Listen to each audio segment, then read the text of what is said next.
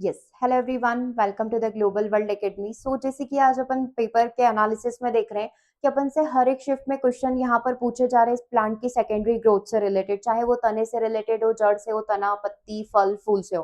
ठीक है, तो आज अपन एक बहुत ही अच्छी अच्छी चीज यहाँ पर कंप्लीट करने वाले हैं, जिसमें हम लोग जो सेम तना होता है उसकी ग्रोथ किस प्रकार से होती है, यानी कि उसकी जो द्वितीयक वृद्धि होगी वो किस प्रकार से होगी, उसे अपन डिस्कस करेंगे। ताकि आपका कॉर्टेक्स का क्वेश्चन आ रहा हो, कैम्बियम का क्वेश्चन आ रहा हो, वेस्कुलर कैम्बियम का आ रहा हो, प्राइमरी जाइलम हो गया, सेकेंडरी फ्लोएम यहाँ पर हो गया, किसी भी तरीके से क्वेश्चन आता है बहुत इजीली कंप्लीट कर पाओगे। सो क्वेश्चन कुछ यूं पूछा जाता है कि तने का बाहरी आवरण जो होता है वो किस ऊतक से मिलकर बना होता है, तो हम नो डाउट बिल्कुल इजीली जवाब दे सकते हैं कि सबसे बाहरी आवरण जो होता है वो कॉर्क होता है, छाल आप उसे कह सकते हो, है ना। तो इस तरीके से अब यहाँ पर बात आती है कि जब इस प्रकार के क्वेश्चन पूछे जाए कि कौन सी लेयर किससे मिलकर बनी है, तो हमें क्या जवाब देना है। तो सबसे पहले अपन इस क्वेश्चन को समझ लेते हैं कि तने की जो सबसे बाहरी और सबसे सुरक्षात्मक जो परत होगी, है ना, लेयर होगी, उसे क्या कहा जाएगा, कॉर्क यहाँ पर कहा जाएगा।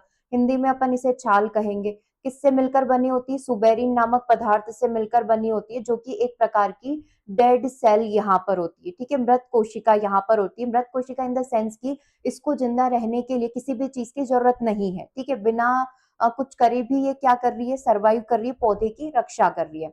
अब यहाँ पर आ जाता है कि जब भी आपसे डाइकोट तना पूछा जाए तो वो मल्टीपल लेयर्स में डिवाइड होता है, क्योंकि एक पौधा जो डाइकोटिक होता है वो हजारों वर्षों तक भी जिंदा रह सकता है, 10 साल, 20 साल, 50 साल। तो उसकी वृद्धि भी उस हिसाब से होगी, है ना। जैसे जैसे हम लोग ग्रो करते हैं तो हम लोगों के अंदर भी, शरीर के अंदर, अंगों में आपने परिवर्तन देखा है। सेम एज इट इज यहाँ पर पौधों के अंदर भी होता है। तो एक पौधा जो होता है उसका तना जो होता है इतनी सारी लेयर्स से मिलकर बना होता है, हर एक लेयर अपने आप में अलग अलग कार्य को कंप्लीट करती है। जो बार बार रिपीटेड क्वेश्चन पूछे जा रहे हैं वो आपसे पूछे जा रहे हैं एपिडर्मिस से, कॉर्टेक्स से, पेरीसाइकल से, वेस्कुलर बंडल से और पीथ से यहाँ पर पूछे जा रहे हैं। अगर मैं बात करूं एपिडर्मिस की, तो एपिडर्मिस होती है सबसे बाहरी लेयर, जो बिल्कुल सबसे बाहर होगी, है ना। बाहरी लेयर को हिंदी में अपन इंग्लिश में एपिडर्मिस ही कहेंगे। ठीक है, अब एपिडर्मिस पर जो होते हैं कुछ छोटे छोटे इस तरीके से हेयर पाए जाते हैं। ठीक है, तने की बात करें, हल्की हल्की सी बाल जैसी संरचना, आप इसे यहाँ पर अभी कह दो। ठीक है, तो ये एपिडर्मिस हो गया। अब एपिडर्मिस के अंदर अपन जाएंगे, जस्ट इसके अंदर की तरफ। ठीक है, तो एक हिस्सा होता है जिससे अपन क्या कहते हैं, कॉर्टेक्स यहाँ पर कहते हैं। अब कॉर्टेक्स के अंदर कितनी चीजें आ जाती है, तीन चीजें आ जाती है। तीन चीजों में सबसे पहला आ जाता है हाइपोडर्मिस, फिर खुद अपने आप में कॉर्टेक्स आ जाता है, फिर आ जाता है एंडोडर्मिस। जैसे अपन बोलते हैं ना कि इंसान की जो स्किन है उसमें तीन लेयर होती है, वैसे तने की स्किन जो है उसके अंदर तीन लेयर यहाँ पर है। एपिडर्मिस सबसे बाहरी परत हो गई, उसके अंदर आपका हाइपोडर्मिस आ जाएगा और उसके अंदर आ जाएगा एंडोडर्मिस, आंतरिक परत हो गई। ठीक है, तो देखो, ये सबसे पहले हमने बनाया, बाहर की साइड जो बनाया वो एपिडर्मिस बनाया। एपिडर्मिस के बाद जो इसके जस्ट पास में जो लेयर होगी वो क्या हो जाएगी, हाइपोडर्मिस यहाँ पर हो जाएगी। ठीक है, हाइपोडर्मिस के अंदर की जो लेयर होगी उससे अपन क्या कहेंगे, एंडोडर्मिस कहेंगे। अब ये पूछा जाता है कि किस लेयर जो होता है, कौन सी लेयर में कौन सा ऊतक पाया जाता है, कौन सी लेयर में भोजन पाया जाता है, कौन सी लेयर में जाइलम पाया जाता है। यहाँ से आपके बन रहे हैं क्वेश्चन। अब ये जो बीच वाला हिस्सा आपको दिख रहा है ना, ये वाला हिस्सा क्या कहलाता है, कॉर्टेक्स कहलाता है। तो ये कॉर्टेक्स तीन चीजों से मिलकर बना है, हाइपोडर्मिस हो गया, जनरल कॉर्टेक्स हो गया और एपिडर्मिस हो गया। ठीक है, तो यहाँ तक का हिस्सा कंप्लीट हो गया। अब इसके अंदर क्या आ जाता है वो अपन को समझना है। इसके अंदर की जो संरचना होती है, ये वाली जो संरचना अब आप देख रहे हो, इसे कहा जाएगा पेरीसाइकिल। जैसे साइकिल आप समझ रहे हो ना, साइकिल का पहिया होता है, वैसे यहाँ पर ये वाली जो संरचना हो जाएगी ये क्या कहलाएगी, पेरीसाइकिल यहाँ पर कहलाएगी। ठीक है, पेरिसाइकल हो गया। अब पेरिसाइकल के अंदर ये जो आपको दिख रही है दाने नुमा संरचना, इन्हें कहा जाता है वेस्कुलर बंडल। और यही वेस्कुलर बंडल पौधे की जो द्वितीयक वृद्धि होती है उसके लिए रिस्पॉन्सिबल यहाँ पर हो जाएंगे। ठीक है, वेस्कुलर बंडल हो गया। अब इसके अंदर जो बीच में जो सेंटर पार्ट यहाँ पर होता है इसको क्या कहा जाता है, इसको कहा जाता है पिथ, है ना। पिथ या मेडुला कह लो या फिर केंद्रिका कह लो, ये सारे इसी के नाम है। अब वन बाय वन करके अपन कंप्लीट कर लेते हैं। अगर मैं मेडुलरी रे की बात करूं तो वो यहाँ पर उपस्थित होती है, इस जगह उपस्थित होती है बीच में। ठीक है, ये बीच का जो खाली भाग है। मेड्यूलर किडनी, पेरेन्काइमा ऊतक यहाँ पर होती है, पेरेन्काइमा टिश्यू से मिलकर ये बनी होती है। अब पेरेन्काइमा वो होता है जो जीवित यहाँ पर होता है, लंबी लंबी कोशिकानुमी संरचना इसके अंदर पाई जाती है। ठीक है, और बिल्कुल कोशिका के बाहरी आवरण पर ही आपको देखने को मिलेगा। ठीक है, ये पेरेन्काइमा के बारे में अपन ने पढ़ा है। सो मेडुलरी किरणें जो होती है वो पैरेन्काइमा से मिलकर बनी होती है। जो संवहनी बंडल, ये संवहनी बंडल यहाँ पर हो गया, और जो पीत होगा इसके बीच में इस प्रकार से रिंग के फॉर्म में पाई जाती है। ठीक है, ये बात हो गई। अगला एपिडर्मिस जो होता है तने को बाहरी सुरक्षा देता है। क्या होता है, ये किससे मिलकर बना होता है ना, क्योंकि अलग अलग पौधों में आप देखोगे तो क्यूटिकल होंगे, है ना, स्टोमेटा यहाँ पर हो जाएगा, और एपिडर्मल हेयर इसके ऊपर पाए जाएंगे। ठीक है, मैं हैव क्यूटिकल मतलब इसमें क्यूटिकल होगा, स्टोमेटा रोम छिद्र भी हो सकते हैं, और साथ ही इसके ऊपर हेयर भी हो सकते हैं। तो ये हो गई सबसे बाहरी परत।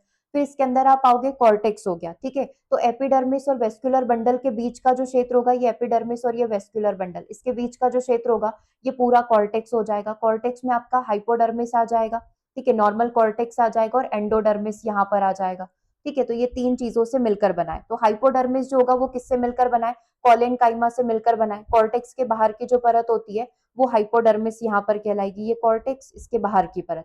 कॉलेनकाइमा से मिलकर बना है। कॉलेनकाइमा से अपन ने याद रखा था कॉलोनी, जैसे कोई कोशिका होगी तो उसकी बाउंड्री पर ये पाया जाता है। तो कॉलेनकाइमा कोशिकाओं से मिलकर बना होता है, और पौधे को यांत्रिक सहारा सपोर्ट यहाँ पर प्रदान करता है, दैट मीन्स मैकेनिकल सपोर्ट ये देता है। जनरल कॉर्टेक्स क्या करता है, ये पैरेन्काइमा कोशिकाओं से मिलकर बना होता है, भोजन को स्टोर करके चलता है, ये वाला हिस्सा। ठीक है, भोजन को स्टोर कौन करेगा, आपका कॉर्टेक्स करेगा। एंडोडर्मिस अंदर वाला हिस्सा यहाँ पर हो जाएगा, ये वाली लेयर हो गई। ठीक है, ये घनी और बैरल जैसी कोशिकाएं यहाँ पर पाई जाती है, बैरल शेप में इस तरीके से ये पाई जाती है, काफी कॉम्पैक्ट होती है। ठीक है, और क्या करती है, भोजन को स्टार्च के रूप में यहाँ पर ग्रहण करती है, मतलब इसके अंदर क्या पाया जाता है, स्टार्च पाया जाता है। ठीक है, फिर अंदर वाली लेयर में चले जाओ, अंदर क्या हो गया, पेरिसाइकल हो गया। पेरिसाइकल एंडोडर्मिस के अंदर पाया जाएगा। ये क्या होता है, ये स्केलेरेनकाइमा। स्केलेरेनकाइमा वही है आपका स्टोन सेल होता है। स्टोन सेल अपने आप में डेड होता है, जो कि सेकेंडरी ग्रोथ के लिए काफी मजबूत होता है, और सेकेंडरी ग्रोथ जो होती है उसके लिए रिस्पॉन्सिबल यहाँ पर होता है। मतलब द्वितीयक जाइलम हो गया, द्वितीयक फ्लोएम हो गया, है ना, अपने उसकी वृद्धि के लिए ये रिस्पॉन्सिबल होगा। ठीक है, फिर इसके अंदर आ जाता है वेस्कुलर बंडल। वेस्कुलर बंडल जो होता है इस प्रकार से रिंग में व्यवस्थित होता है। ठीक है, और क्या करता है, प्रत्येक बंडल में संधि पाई जाती है, जॉइंट्स पाए जाते हैं, सहायक और खुला हुआ ओपन यहाँ पर पाया जाता है, ये पूरा ओपन है। ठीक है, क्या पाया जाता है इसके अंदर, कैम्बियम यहाँ पर पाया जाएगा, वही जो पौधे को क्या करवाएगा, सेकेंडरी ग्रोथ करवाएगा। अब इसके अंदर आ जाते हैं आपके जाइलम और फ्लोएम। जाइलम जैसे कि खनिजों का परिवहन यहाँ पर करेगा, खनिज और पानी का। फ्लोएम जो यहाँ पर हो जाएगा, जब पौधा छोटा होगा तो उसमें प्राइमरी जाइलम, प्राइमरी फ्लोएम होगा। जैसे जैसे उसको साल होते जाएंगे उसके अंदर सेकेंडरी जाइलम आ जाएगा, सेकेंडरी फ्लोएम यहाँ पर आ जाएगा। सो फ्लोएम यहाँ पर क्या करेगा, बाहर की ओर पाया जाएगा इस जगह। ठीक है, क्या करेगा, शर्करा का भोजन का परिवहन करेगा। ठीक है, जाइलम और फ्लोएम के बीच में कई सारी ये कैम्बियम कोशिकाएं पाई जाती है, जो कि सेकेंडरी ग्रोथ के लिए रिस्पॉन्सिबल होगी। जाइलम जो होता है यहाँ अंदर की साइड पाया जाता है, जो कि पानी और खनिज का परिवहन करने के लिए, उसको ट्रांसपोर्ट करने के लिए रिस्पॉन्सिबल होगा। और लास्ट आपने मेडुलरी रेस तो पढ़ ही ली है कि ये वेस्कुलर कैम्बियम हो गया और पीत हो गया, इसके बीच में इस प्रकार से संरचना पाई जाती है जो केंद्रिका और कॉर्टेक्स को जोड़ती है, और त्रिज्यात्मक परिवहन में जल और पोषक तत्वों का क्या करती है, परिवहन करती है। एट दी लास्ट सबसे सेंटर पॉइंट हो गया आपका पित्त। तने का केंद्रीय भाग होता है, ये किससे मिलकर बना होता है, पैरेन्काइमा से, जो कि भोजन के भंडारण के लिए क्या हो जाएगा, रिस्पॉन्सिबल हो जाएगा। ठीक है, सो अब अगर आपसे ये क्वेश्चन पूछा जाए कि कौन सा भाग क्या करता है, तो आप बहुत इजीली यहाँ पर जवाब दे सकते हो।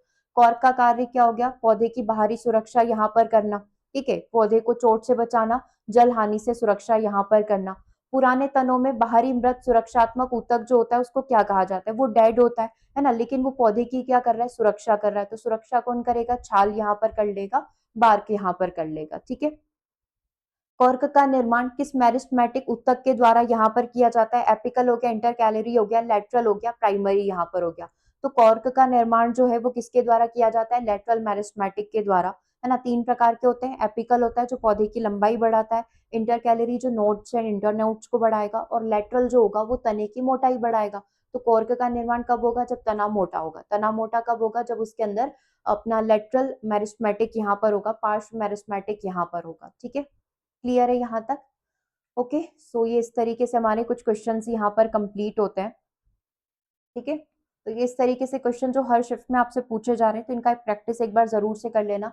सबसे पहले तो खुद से डायग्राम बना लो ताकि चीजें क्लियर हो जाए, कोई डाउट आपको यहाँ पर नहीं रहे। ठीक है, सो क्लास को यहीं ओवर करते हैं, मिलेंगे हम लोग अपने नेक्स्ट सेशन में। Thanks for watching.